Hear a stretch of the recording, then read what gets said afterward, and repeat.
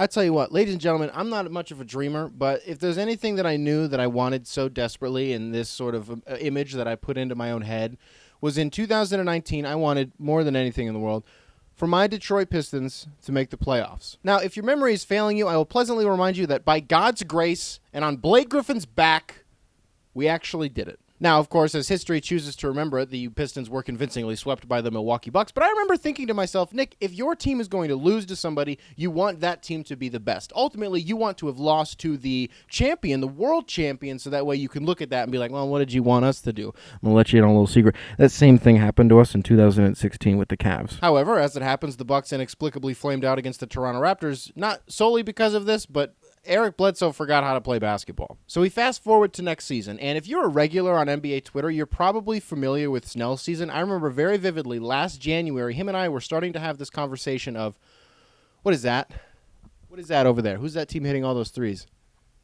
Is that Miami? Yeah, it was. The constant there was it felt like anytime Milwaukee was losing last season, it was at the hands of a team having a franchise record-setting night from the perimeter. I think it was Christmas Day. It was Bucks, Sixers. I think it was in Philly.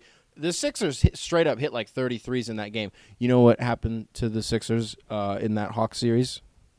They deserve that. It was infuriating. It was maddening. So naturally, you look at that Miami Heat team and you think, that's going to be a problem because the Bucks couldn't defend the three-point line. And because it still makes me mad to talk about that series, we'll speed past it.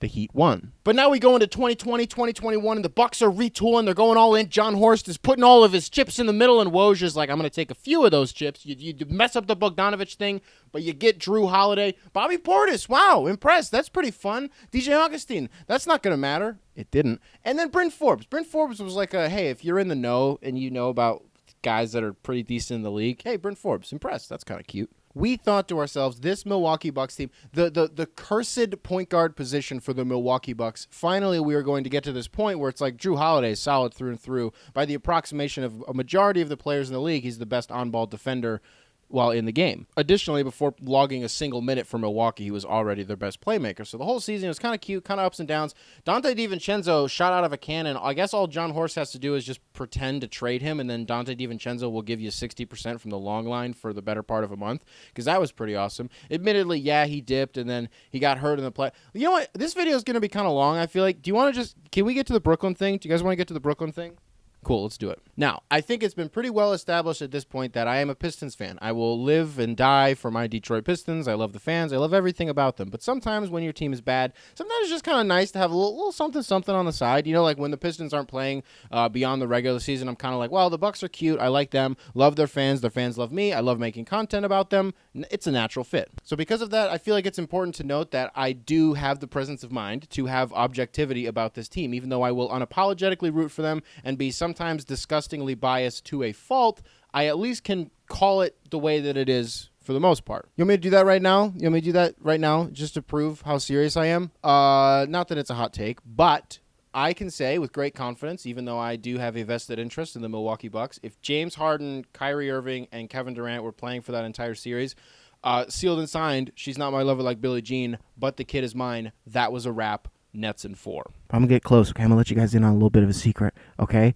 Every team, every championship team in the history of modern basketball has gotten lucky at some point. And yes, I'm sorry, Nets fans. Unfortunately, that does mean that sometimes your players are going to get hurt and you're going to fold in a series. And this whole thing, Milwaukee doesn't win this narrative battle that people are trying to do anyways, which is so unbelievably. It's a Mickey Mouse ring. If they win it, there's an asterisk next to it. Is there though? Can we do the same thing? Let's hold Phoenix to the same standard. And this isn't to discredit anything that the Suns have done, because Book has been awesome, Bridges has been awesome, Ayton has just DeAndre Ayton. Wow, impressed. Chris Paul, okay, you run through the Lakers, who Anthony Davis was in crutches, LeBron James suffering through the first injury that he's really ever had, so that's not a healthy team. Then you go to the Jamal Murray-less Nuggets, and then you're going to be playing the Kawhi-less Clippers for at least 2 games. Can we do this with Phoenix? Are we gonna keep lying just because we're anti-Giannis and anti-Milwaukee? Can we stop lying? And again, it's not a problem. It's just the way that it is. You play the team that's in front of you. So either Milwaukee wins and the narrative is, well, Brooklyn was hurt. Yeah. And they capitalized on it. What did you want them to do? You have to play the team in front of you. Or if they lose, wow, I can't believe these fraudulent Milwaukee Bucks, they couldn't even beat this hobbled, disheveled synonyms Brooklyn Nets team. Sad. Shut up. There are so many things about Milwaukee that you can make fun of, and you choose to make fun of the most absurd. Can I do another thing? Why don't I throw in another thing about James Harden, just so I know, just so everybody knows that I'm being fair, okay? As somebody who wanted Milwaukee to win that series, I want them to win the finals. People on Twitter today, James Harden is like, hey, I'm going to play in the Olympics. That sounds fun. Wow, gold medal. That would be really cool. People are like, so I guess that was a fake injury then. You've been fine the whole time. No, we were literally told at the timetable on that injury that James Harden was playing through, by the way, give him his flowers for that. I don't care if he played bad. The dude was on one leg. We'll get to that in a minute. The fact that he had 2 to 4 weeks of recovery time that he was still playing to, the Olympics don't start tomorrow. Do you guys think the Olympics start tomorrow? They start in like a month and a half. Okay, that means he has plenty of time. Shocking, it's within the window that he's going to be able to play. Morons. That's the thing, it's kind of dumb. You want to talk about injuries? Like, I know Donte DiVincenzo wouldn't have swung this series by any means. It's kind of, honestly, can you even say that, though? Because all Joe Harris had to do was just, listen, Joe Harris just inexplicably forgetting how to play basketball for 7 games. That was just, for the integrity of the series alone, really bummed me out. I'm getting off track. Let me get back to what is the title of this video? The Milwaukee Bucks, a mesmerizing circus act. Yeah, so what makes them a circus act? Well, Mike Budenholzer for starters, and I don't really understand why we feel like there's this job security with him. Woj coming out and being like, I feel pretty confident that Mike Budenholzer is going to have a job because he beat Miami. Miami was terrible, and he got past the Brooklyn Nets. Yeah, again, you know how many teams probably would have beaten that iteration of the Nets? I don't know. I don't want to say many. I don't want to lie and say a lot of teams, but like Milwaukee's not the only team. And to just sit there and look, it's been really difficult for me to even think about this Atlanta-Milwaukee Eastern Conference Finals without just being super disrespectful to Atlanta. It's been really difficult for me not to do that because I think that this is just a straight-up wash. Go ahead and screen record this and tweet it to me after the series if this ages terribly. I would have said this if it was Philly. I think the Bucks are running through Atlanta. I think this is over in 5. Separate video if I need to elaborate on that more. But here's the thing. If, hypothetically, God forbid, Milwaukee goes out in 5 or 6 or even in 7 against the Atlanta Hawks, I don't want Mike Budenholzer on my team. And let me tell you something. Let me tell you something about this Milwaukee Bucks team right now. First of all, their championship window last year was like it. Because you looked at this, you looked at the East, period. You could have said the same thing about the Celtics, but mainly the Milwaukee Bucks. And you were like, this is literally free. Like, the Lakers are the only team standing in your way. All you had to do was figure out how to switch on defense, something that they did do brilliantly this year. But all you had to do was figure out how to switch on defense and defend the perimeter, and you just failed to do that. And it was a free championship, and your window was like right there, and it was kind of small because the Brooklyn Nets were back this season. We didn't even think they were going to have James Harden yet. So you go into the season and you just get a gift-wrapped series against the Brooklyn Nets because all of their guys are out. Again, we've established they would have gotten smoked. It was clear through those first 2 games. They're down 50 at one point in game 2. This was straight up a wrap, okay?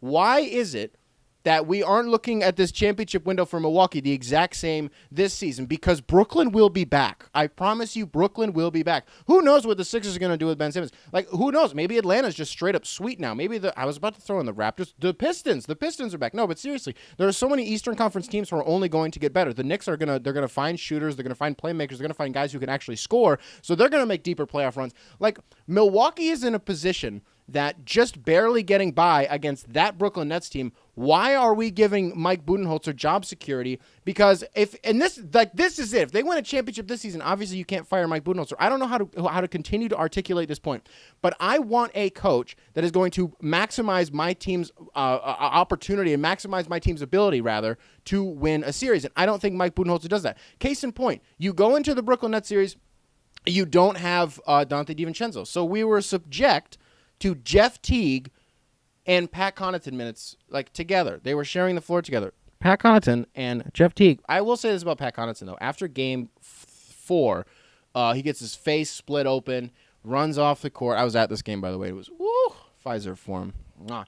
Runs off the floor. 10 minutes later, he comes out. He's got stitches. Pat Connaughton games 4.5 through 7 was really great. But Jeff Teague was disgusting. The Bucks' biggest problem, just as a team right now, the way that they are currently constructed, is they will give teams the opportunity to get back into every single basketball game that they play, even if the Bucks are up 17. And I realized that I just arbitrarily said 17 without realizing that that's how much they were up in game 5. And I know people are going to be like, Nick, shouldn't you be talking about Kevin Durant in this series? You want me to talk about Kevin Durant in this series? No. And you know why? It's because nothing that I can tell you right now about Kevin Durant in the Eastern Conference semifinals against the Brooklyn Nets, against the Milwaukee Bucks. Nothing I can tell you is any different from the 80 things from 50 different people that you've heard in the last week. Kevin Durant proved that, oh man, yeah, you're probably the best player on the planet and probably the greatest scorer who's ever lived. And as soon as that shot went up at the end of regulation in Game 7, I think we were all kind of like, okay. His, those last 3 games he played, I think he was only off the floor for like 4 minutes, something ridiculous like that. And you want to talk about Mike Budenholzer?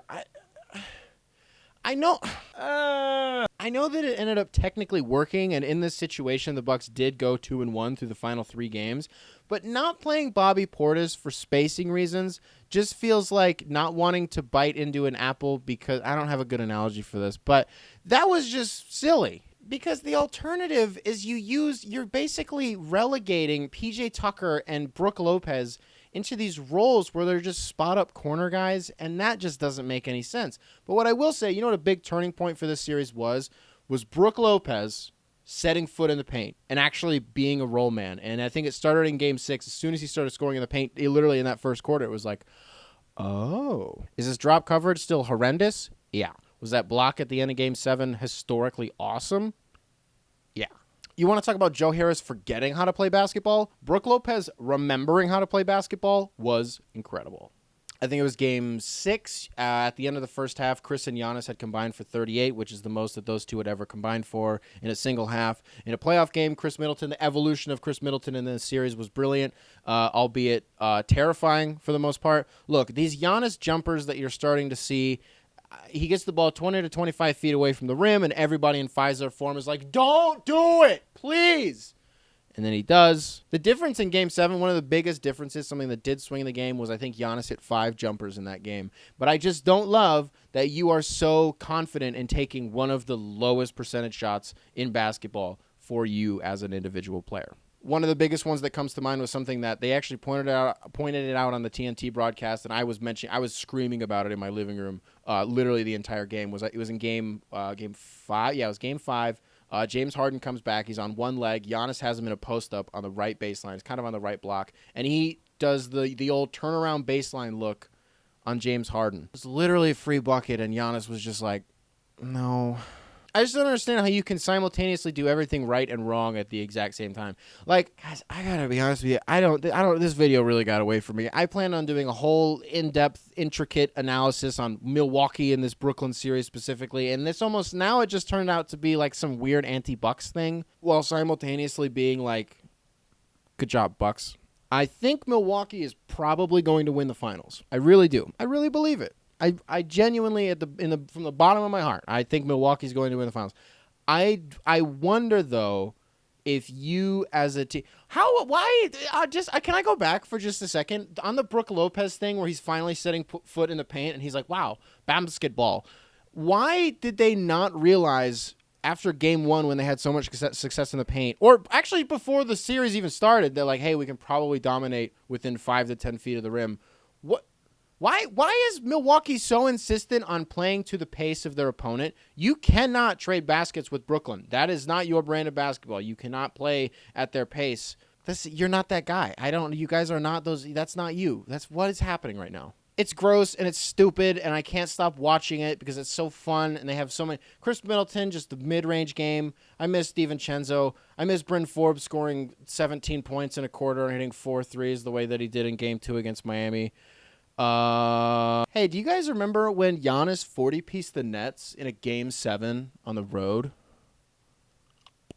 I do.